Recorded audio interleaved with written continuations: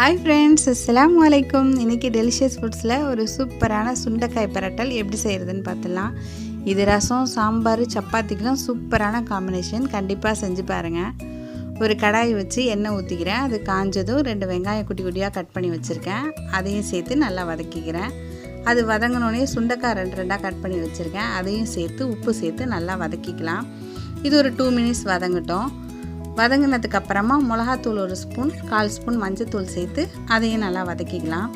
இது செய்ய 10 to 15 minutes கூட ஆகாது ஃப்ரெண்ட்ஸ். ஆனால் டேஸ்ட்டு செம்மையாக இருக்கும். கண்டிப்பாக செஞ்சு பார்த்துட்டு கமெண்ட் பாக்ஸில் கமெண்ட் பண்ணுங்கள்.